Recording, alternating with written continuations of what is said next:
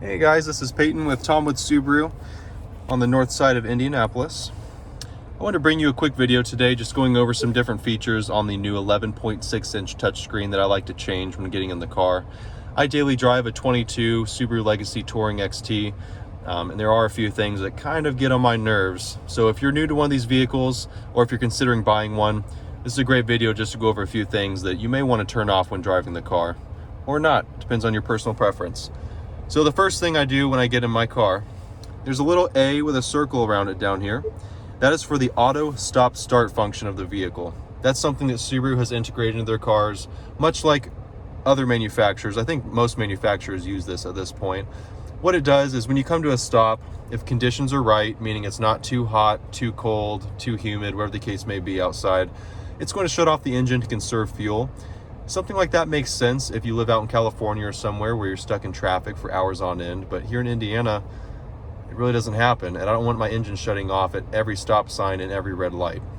So when I get in the car, I turn that off. That is something you have to turn off every time you get in the car. Unfortunately, it's not a permanent setting, but you'll get in the habit of just clicking that button. It's always readily accessible on the touchscreen. It's very easy to use.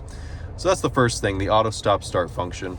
The other thing I turn off when getting into my vehicle, you'll notice above the touchscreen, there's a little red light right there looking at you. It's a little pesky red light. There's a camera in there and it is watching you. So there are two features that come with that. One of them's cool, one of them is not so cool. The cool feature is, if you have another partner that drives the car frequently or sometimes, whenever the driver sits in the driver's seat, it's going to scan your face and automatically adjust your side mirrors and your seat settings. My wife is a foot shorter than I am, so I think that feature is great. I get in the car, it scans my face, it knows who I am, and I don't have to worry about setting my seat and my mirrors. The feature that I'm not a fan of is while you're driving the car, it's also looking at your face, and if you're looking left and right too much, or if you're not paying attention to the road in front of you, the car is going to beep at you. This little screen here between your speedometer and tachometer will say stay alert or keep eyes on the road, depending on what it thinks you're doing. And I've noticed that depending on the lighting outside, or if I'm wearing sunglasses, there are multiple variables that will cause that function to not perform properly. So I don't like the car beeping at me all the time. I like to look left and right. I like to look at my phone. Say what you will about that, but I turn that off every time I get in the car as well. And to do that, you'll click this little Subaru icon down here. It's a little picture of your car. This pulls up some settings. You'll go to driving assistance, and at the bottom where it says driver monitoring system, you can turn that off. Now, when you turn that off, it does turn off both of those features. So unfortunately, it's all or none. It gets on my nerves so much, I choose none. So I turn that off as well. Those are the two big things. A couple small things. We did make some updates to the car. When these touchscreens first came out, you didn't have access to your heated or ventilated seats on the home screen here. You had to bring up a menu, and it was just kind of a pain to do. Subaru heard enough complaints about that. We now have these easy access buttons. They're always there, responsive, easy to use. That's a major upgrade that they've done. Two other things I want to point out to you real quick. If you want to add additional cell phones, there's a quick button at the bottom. It's a picture of two cell phones with a gear.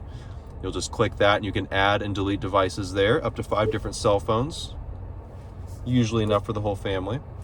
And this little icon on the bottom right is for your driver profiles. So again, if you have multiple drivers in the car, this is really cool to have. You set up your driver profile, you'll type in your name, pair up your cell phone, and then any preset radio stations, that's a good example. It's going to save your preset radio stations under your profile. If your partner gets in the car and selects their profile, it will have their settings and options saved as well. So great options here on the 11.6-inch touchscreen with Subarus. I haven't had any problems with my touchscreen. I've had to update it once, and with that update, I got these cool new features at the bottom that I just mentioned, so it was definitely an upgrade for me. But it's been very intuitive, responsive. It's one of the best infotainment centers I've ever seen on a vehicle. If you've ever had a smartphone, it works just like a smartphone. You have a home button that brings you to your home with all of your different app options here. We now have wireless Apple CarPlay and Android Auto, which is a game changer as well.